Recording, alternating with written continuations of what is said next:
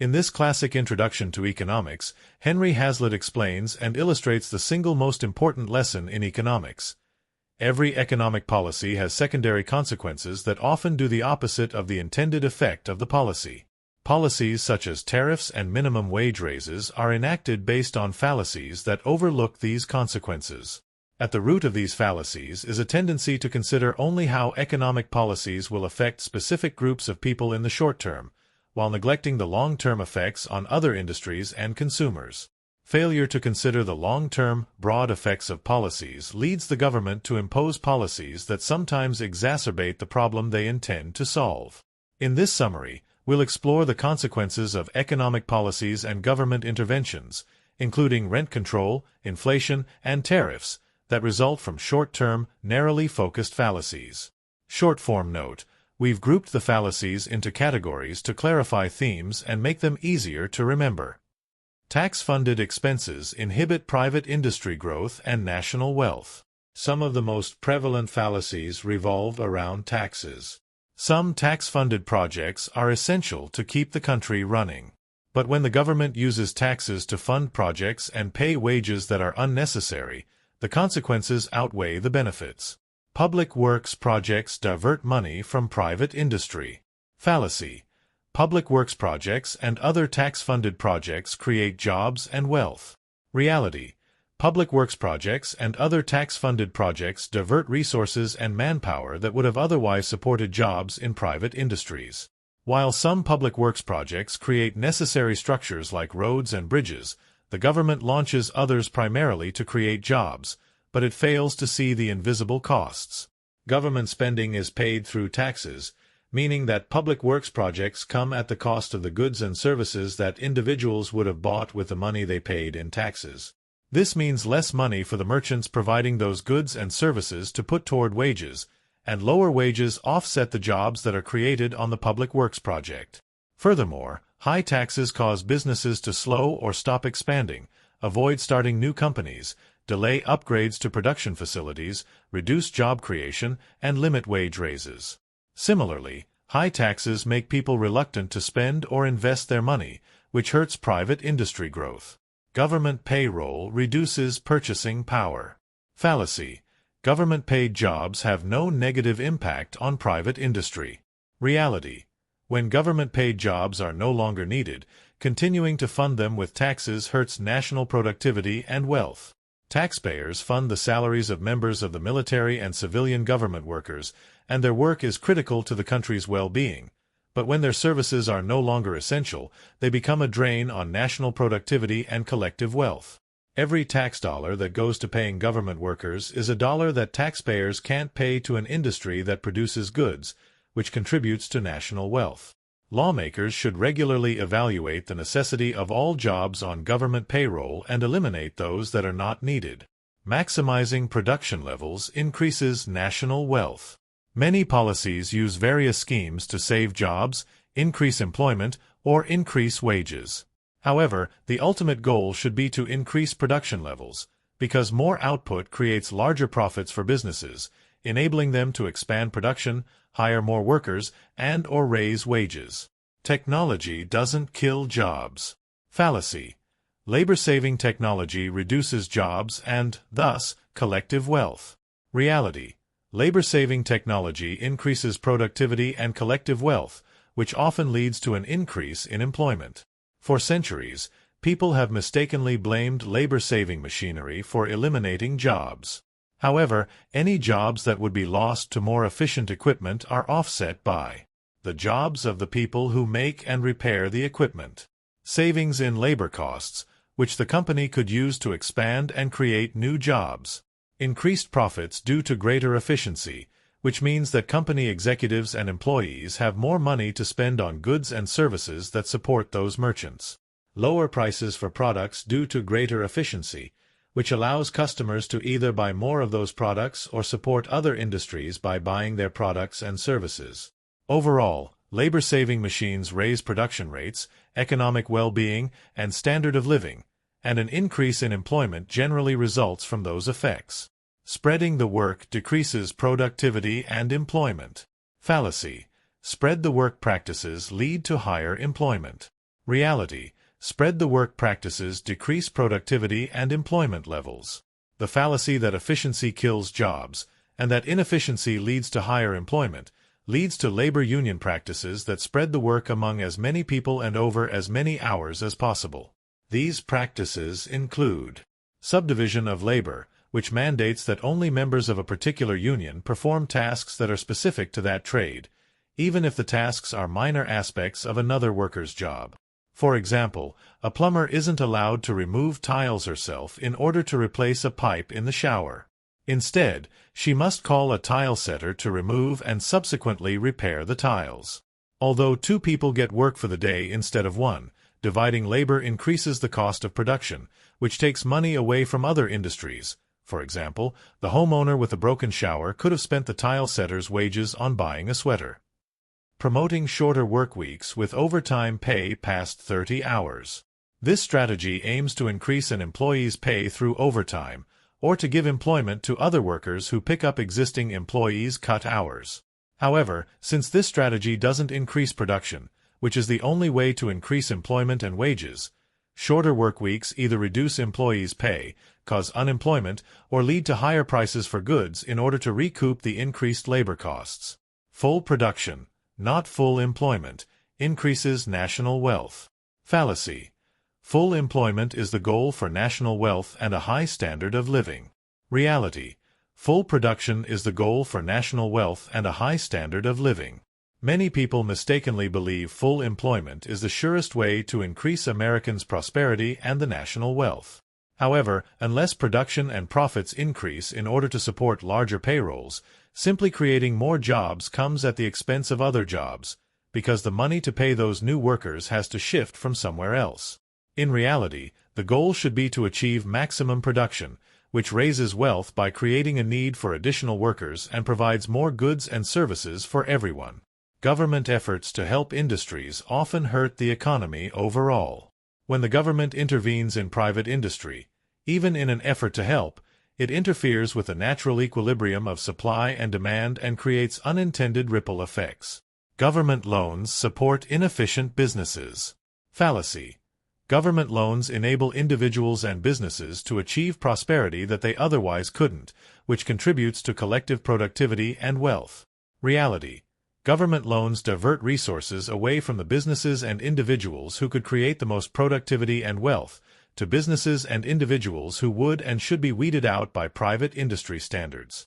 Whereas private lenders have strict standards for selecting loan recipients, the government risks taxpayers' money giving loans to people who fall short of private lenders' standards. These borrowers are less likely to have the skills and experience to make enough profits to repay the loans. Additionally, businesses use the loans to buy capital, such as equipment and facilities, which is limited in supply. When the government gives a loan to an inefficient business, the capital it buys becomes unavailable to efficient businesses, which would have used it to be more productive and, thus, make greater contributions to employment and national wealth. Tariffs support inefficient industries. Fallacy: tariffs, taxes on imported goods, help domestic industries compete in a global market, which prevents employees in those industries from losing their jobs. Reality: tariffs shift money, manpower, and productivity away from efficient industries in order to support inefficient industries. Tariffs are another example of a misguided attempt to support employment that, in reality, has no impact on employment and actually hurts production and wages. If a foreign company makes jeans efficiently enough to sell them for $40, while a domestic manufacturer must charge $50 to cover the cost of production, the government may impose a $10 tariff to raise the price of the foreign jeans to $50 in order to artificially even the playing field for the domestic jean maker. With tariffs, companies that aren't efficient and productive enough to compete in the global market are able to stay in business. Without tariffs, the resources and manpower that would have gone to those inefficient businesses can be redirected to industries that have high production levels, which increases overall productivity. Exports and imports should be equal. Fallacy: having more exports than imports leads to higher employment, wages, and national wealth. Reality: the value of exports and imports must be equal. Many people assume that more exports means more American profits, which means more American wealth. But, in reality, exports merely pay for imports. When a British company imports American goods and pays in British pounds, the American company then has two options. Use the pounds to buy imported goods from a British company. Exchange the pounds for US dollars, which is essentially selling the British currency to someone who can use the pounds to buy imported goods. Alternatively, when the transaction is done with American dollars instead of British pounds, the British importer can only pay if she has access to dollars from a previous export. American exports bring in the money to pay for imports, and imports give other countries the dollars to pay for American exports. Rescuing an industry interferes with natural selection. Fallacy. Saving one industry from dying benefits all industries, thereby supporting employment and the creation of wealth. Reality. Saving one struggling industry prevents other industries from growing. The government sometimes enacts policies intended to save a struggling industry, an effort based on the fallacy that if one industry dies, those workers will become unemployed and unable to support other industries, which will have a negative ripple effect throughout the economy. However, some industries must shrink and die so that the capital and resources going to the dying industry can be diverted to industries that are growing. The workers who lose their jobs in the dying industry will find work in the growing industries. Artificially altering prices has negative effects. Sometimes the government's efforts to help businesses includes artificially raising or lowering the prices of goods. As with other government interventions, price setting throws off the balance of supply and demand and, thus, creates ill effects. Parity pricing hurts consumers. Fallacy. Parity pricing protects farmers' profits, which allows them to buy industrial goods, thus contributing to full employment. Reality. Parity pricing hurts consumers and decreases national wealth. Through exports and domestic sales, there is a steady demand for agricultural goods, but their prices and profits are not always as stable. Parity pricing establishes a price for farm goods that is equal to the cost of the industrial goods that a farmer must buy to produce those goods. The fallacy behind parity pricing is that when farmers get higher prices for their goods, they'll be able to buy more industrial goods, which will support full employment. In reality, the prices of farm goods are often raised by reducing supply in order to increase demand. The government often mandates that farmers produce less, or the government pays the farmers to hold some goods off market to limit the supply that's available to sell. The bottom line is that a smaller supply of farm goods makes the nation poorer overall. In other words, reducing national wealth, while also raising the price of farm goods for consumers. While parity pricing applies to agriculture, the government artificially adjusts prices in other industries as well. Artificially raising prices means that consumers have less money to spend on other goods, which deprives other industries of that money to support wages and production. Additionally, when this policy involves restricting production, it leads to fewer total goods, which equates to less collective wealth. Price ceilings have hidden costs. Fallacy. Artificial price ceilings on goods help consumers by preventing the cost of living from rising. Reality. Artificial price ceilings create shortages of goods, which cause the government to impose other remedies, which each create additional negative ripple effects. During wartime and other circumstances when inflation causes prices to balloon, the government attempts to help consumers by putting a ceiling on the price of goods, particularly essential goods, such as food. But the government's attempt to make essential goods more universally accessible to consumers actually leads to a supply shortage, because the low costs of goods cause people to buy more, and the constrained profits from low prices inhibit companies from making enough to keep up with demand. Rent control hurts tenants. Fallacy. Rent control protects tenants from skyrocketing housing prices. Reality. Rent control hurts tenants by discouraging building maintenance as well as construction of new affordable housing. Another form of price fixing is rent control, which is often viewed as a method to support low and middle-income tenants. However, in the long run, rent control hurts not only low and middle-income tenants, but also landlords, communities, and cities. Among the consequences, rent control encourages wasteful use of space by disincentivizing tenants from leaving apartments that may be too big for their needs. Discourages new housing construction, especially affordable housing, because rent control leaves landlords and builders with little to no profits to invest in construction. Discourages maintenance and remodeling in rent-controlled buildings, because the lower rents can cut into landlords' profits so much that they can't afford to make necessary improvements. Artificially raising wages decreases productivity and hurts workers. Adjusting wages is another form of price setting, since wages are simply the price of labor. Artificially raising wages decreases productivity as well as overall wages. Fallacy. Minimum wage laws benefit workers. Reality. Minimum wage laws increase unemployment and decrease productivity. Raising the minimum wage forces companies to do one of two things. Companies can raise the prices for their products in order to pass the burden to consumers. However, higher prices can cause consumers to either buy less or find cheaper or alternative goods, which cuts into companies' profits and lowers employment and productivity levels.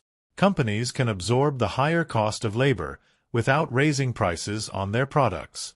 In this case, marginal companies will go out of business, leading to unemployment and less overall production. Outside of government efforts to raise the minimum wage for all workers, trade unions also push to secure higher wages for their members. The companies that hire the union workers are likely to raise the cost of goods in order to cover the wage raises. The price hikes raise the cost of living for everyone, essentially taking more money out of other people's paychecks, while only those union workers have the increased wages to cover the higher cost of living. Furthermore, when unions push for fair wages, there is no universal standard for what is considered fair, and unions often demand that workers earn enough to purchase the product they help create. However, that is vague and doesn't increase productivity in order to support higher wages. Rather than aiming for an ambiguous goal of having workers earn enough to buy back the products they create, wages and prices should be set based on supply and demand. Supply and demand keep the economy in a natural equilibrium. Despite occasional short-term pains to specific groups, which government interventions often aim to prevent, the economy maintains balance and high productivity levels when it's governed by supply and demand. The price system supports efficient industries. Fallacy. The price system, in which supply and demand dictate prices for goods, serves the desires of greedy businesses rather than the needs of the consumers and the national interest. Reality. The price system naturally diverts capital and manpower to the industries that produce most efficiently and contribute the most to national wealth. As discussed, various industries grow and shrink in a perpetual circle of life, naturally diverting capital and manpower to the industries that produce goods efficiently and contribute the most to national wealth and standard of living. Similarly, through the price system, the price of goods naturally fluctuates to reflect supply and demand and to keep finite money and capital flowing to the most productive and efficient industries. In other words, every dollar that consumers spend is a vote for production in that industry. In an effort to set wages and costs that benefit everyone, the government occasionally proposes limiting companies' profits to levels it considers reasonable. But profits play a critical role in regulating supply to meet demand, because high demand leads to high profits, which the company can use to expand production. Additionally, profits put pressure on corporate leaders to constantly find more efficient and affordable methods of producing goods, because cutting production costs increases profits more effectively than raising prices. Miscellaneous fallacies. A few fallacies don't fit into any broad categories, but they are still critical to understand and are relevant to the modern economy. Destruction doesn't stimulate new business. Fallacy. Destruction, for instance, storm damage or war, requires repair, which leads to a net economic gain, the broken window fallacy. Reality. Destruction diverts money from recreational spending to obligatory spending to repair the damage. One common fallacy in economics is the broken window fallacy, which says that destruction leads to recovery, that recovery creates a boost to the economy. To illustrate why this is a fallacy, imagine that someone throws a brick through a bakery window, and the bakery owner has to pay $250 to replace the window. As a result, the glass repair person will get $250 that he wouldn't have otherwise had, and, if he uses it to buy a new bike, the bike shop owner will have $250 that he wouldn't have had. On and on it goes, as the money continues to change hands. Per the broken window fallacy, People look at the destruction of the baker's window and see a net positive effect as the money cycles through the community. However, this view overlooks the fact that the baker had planned to use that money to buy a new suit. Now, the tailor has $250 less than he would have if the window hadn't been broken, and the stores where the tailor would have spent that money are losing out on his business, and so on. In reality, the broken window didn't stimulate any new business, it just shifted how that money was spent. Inflation reduces consumers' purchasing power. Fallacy. Inflation puts more money in the hands of consumers, which boosts purchasing power, stimulates the economy, and supports full employment. Reality. Inflation reduces consumers' purchasing power by raising the prices of goods and decreasing the value of each dollar. Inflation is the result of the government taking on a cost that it can't pay or doesn't want to pay with tax dollars, so it simply prints more dollar bills. Inflation raises one group's incomes, which leads to increased demand and higher prices for goods, which raises another group's incomes, and the cycle continues until the effect has rippled through the economy. Groups whose incomes rise later are forced to manage rising prices before their incomes have caught up. Additionally, since prices rise proportionately to the rise in incomes, collective wealth does not grow. Saving increases national wealth. Fallacy.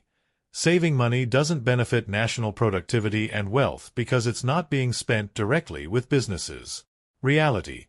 Saving money in banks or through investments increases national productivity and wealth. The belief that saving money deprives the economy of a boost incorrectly assumes that savings sit idly in a vault. In reality, people either save money through investing it or putting it into a savings account, where banks loan it to businesses to invest in buying capital, such as factories and machinery. In either scenario, savings increases the capacity for production, which increases employment and collective wealth. 3 decades after the book was first published, the author concludes that not only are the harmful policies still being imposed, but they are more deeply embedded into the economic system of the United States and most other countries in the world.